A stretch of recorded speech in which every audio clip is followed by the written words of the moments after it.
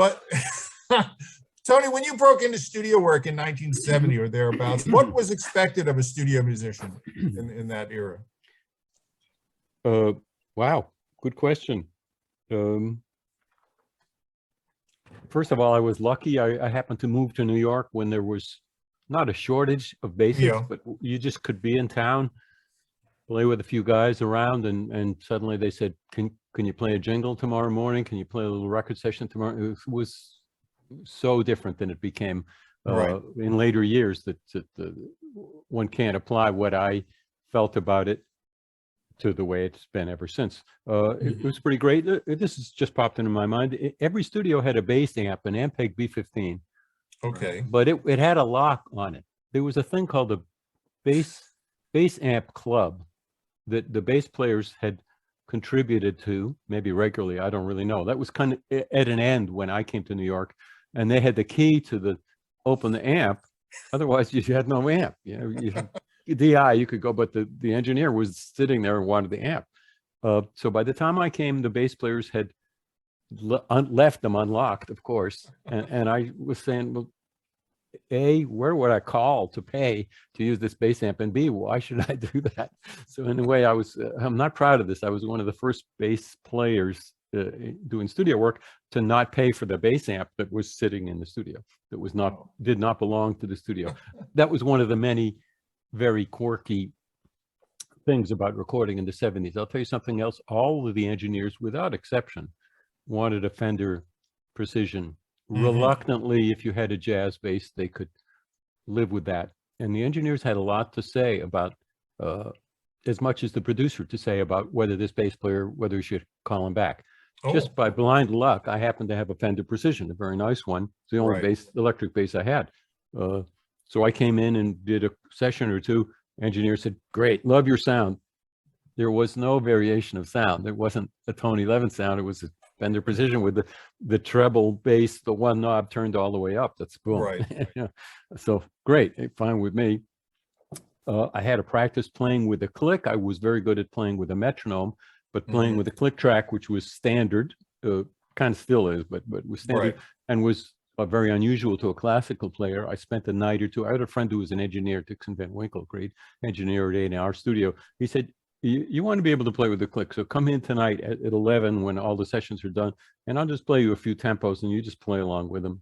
That helped me for when the pressure was on and I was doing some session that I wouldn't be drifting from the click. You asked what it was like. It was easy to get work. The music wasn't so great. I was, if I look back, I haven't looked back at it until just now, but if I look back, I think I was not being what you would call an artist. I was being a sort of the craft of playing, showing up and playing the right notes, which were written out. Usually the arranger had written out the notes, certainly in a jingle, they had written them out. And gradually over that first year, I learned, if it was a record session, I learned that a hard lesson for me, an easy lesson for most people, that the arranger doesn't want the notes he wrote. He wants the part he imagined. And that the appropriate thing is to change the notes to make the part as good as it could be. Believe it or not, I had a hard time with that. Why? Because I was a classical musician, and classical musicians play what's on the page. And if it's the wrong note, and you know it's the wrong note before you even play it, you know, it's this C chord and there's this B. You play the B. You're a classical guy because you're a jerk. You play the B and then you say, and then you have to get permission from the conductor to change the B. Oh, well, there was a mistake. The copyist made a mistake. So I was that guy, not for too long. I'll give myself a little credit. I thought, okay, I kind of can hear he wants this kind of groove. I'll just change the notes. And the arrangers were, yeah, that's what I want. And gradually, I got once in a while the chance to play on an album with some latitude in the music, not a disco record, but something. And gradually I got kind of connected with some producers who wanted me to play my parts. And that's kind of one look back at the way it was doing sessions. So yeah, I could imagine. Yeah, just following your career. Yes, you had to be a technician. You had to come in and do the part and get in and out because you were recording on tape, and you didn't want to wear out the tape, and certainly you were being paid by the hour.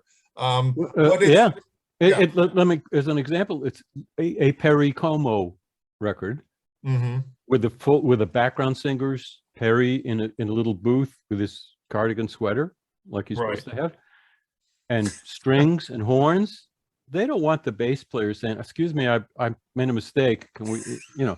So it wasn't high pressure, but it was like, you know, the guy's got to do it. You got to do it right, and you can't be ahead of the beat or behind the beat or anything like that. And you know, that kind of thing was the bulk of what there was. You brought something interesting up in terms of the written part versus what they imagined. As time went on, and I'm thinking Harold Wheeler as a prime example, who wrote musical bass lines. But you're right, before that, it was a lot of, you know, here's what it is, this is what I want. So yeah. Well, maybe not. I mean, James Jamerson and Carol Kay were at that time and before that making up classic great parts that made the piece a hit. Right. But the bulk of things, first of all, half of what I did was jingles. So it was a 1 minute thing.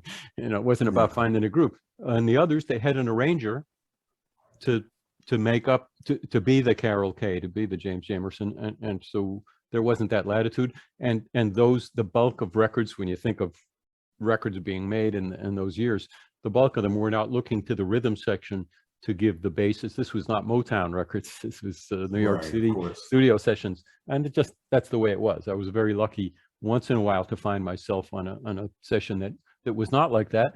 And frankly, I wasn't too good at it, especially at first. I think I once did a James Brown session with James not there, but I didn't even know how to play short bass notes. All my notes were long. It must have been a disaster. I don't know what happened. They must have just replaced me afterwards.